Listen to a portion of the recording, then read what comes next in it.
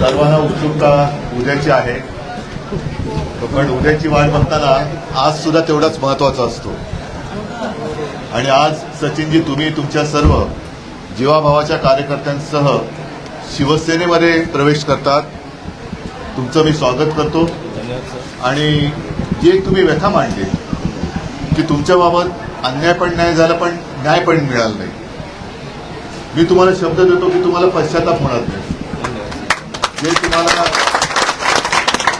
एक अपेक्षित आहे, कारण शेवटी काय असतं की न्याय म्हणजे तरी काय, की केवळ व्यक्तिगत काही मिळालं तर तेवढ्यापुरता न्याय नाही, तर माझा उपयोग हा मी माझ्या जनतेला काय करून देऊ शकलो आणि तो देऊ शकलो ह्याचं समाधान हा एक मोठा न्याय असतो. आणि तशी संधी मी तुम्हाला नक्की देईन. उद्याची आपण सर्व वाट बघतो आहोत.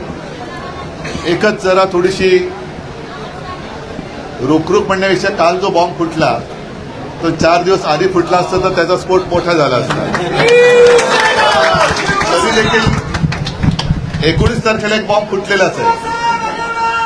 आणि हा नोटांचा बॉम्ब जो काय जरा थांब देतात, नोटांचा बॉम्ब जो काय वसई विरारला फुटला तो सुद्धा लोकांनी पाहिलेला आहे.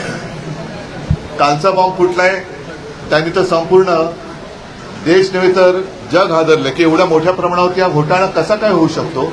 आता या घोटाळ्याबाजांचं काय करणार हा प्रश्न केंद्र सरकारला विचारला पाहिजे. असो, त्याच्यावरती मी नंतर बोलायचं तेव्हा बोलेन.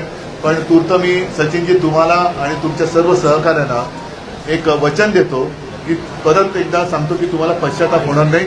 तुम्ही आता शिवबंधन बांधलेलं आहात. तुमच्या मनात जे काही करण्याचं आहे ते करायला पूर्ण संधी दिल्याशिवाय मी राहणार नाही. एवढीच एक तुम्हाला वचन देतो. धन्यवाद. शुभेच्छा. जय हिंद. जय महाराष्ट्र.